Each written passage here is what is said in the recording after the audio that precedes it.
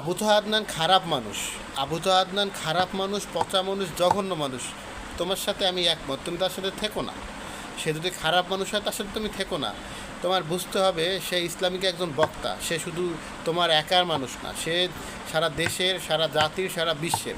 কারণ তার নামে আসলে এই অরুচিকর মন্তব্য যখন তুমি করো তখন ইসলামের ভাবমূর্তি নষ্ট হচ্ছে। তোমার এটা বুঝতে হবে।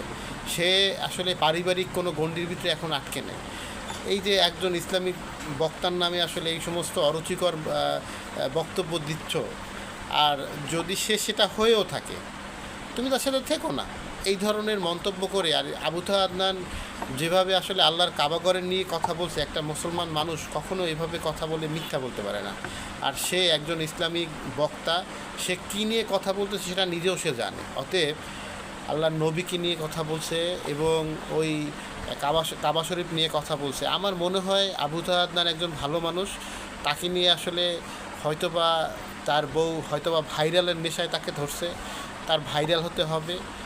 আর সবথেকে বড় কথা হচ্ছে, যেটা বুঝতে পারলাম, তার বউ বলতেছিল যে সে একটা টমায় ছিল, সেখান থেকে আবু আদনান তাকে বের করছে। যাই হোক, সে তো অনেকটা সাইকো টাইপের একটা মহিলা।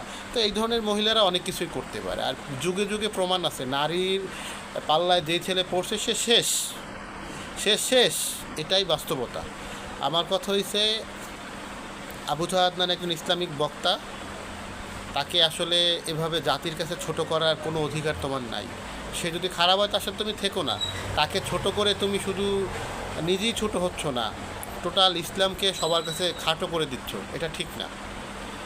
একজন ইসলামিক বক্তা সে অবশ্যই অনেক জানলেওয়ানা ব্যক্তি হয়ে তোমার সাথে যদি এরকম অরুচিকর কিছু করে থাকে, অবশ্যই আমাদের ইসলামের ভাবমূর্তি নষ্ট হচ্ছে।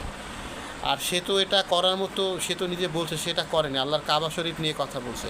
একটা মুসলমান মানুষ কখনো আল্লাহর কাবা নিয়ে মিথ্যা বলতে পারে না।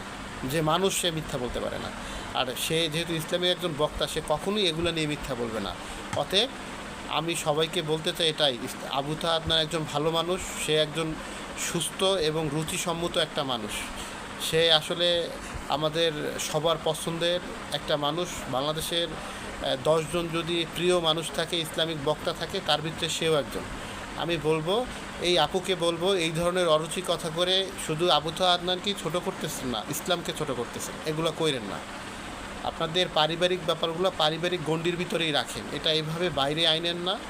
সমাজকে, সমাজের কাছে আবু আদনানকে ছোটো করতেছেন, বিষয়টা এমন না, ইসলামকে ছোটো করতেছেন। এগুলো কইরেন না। সবাই ভালো থাকবেন, সুস্থ থাকবেন। আসসালামু আলাইকুম।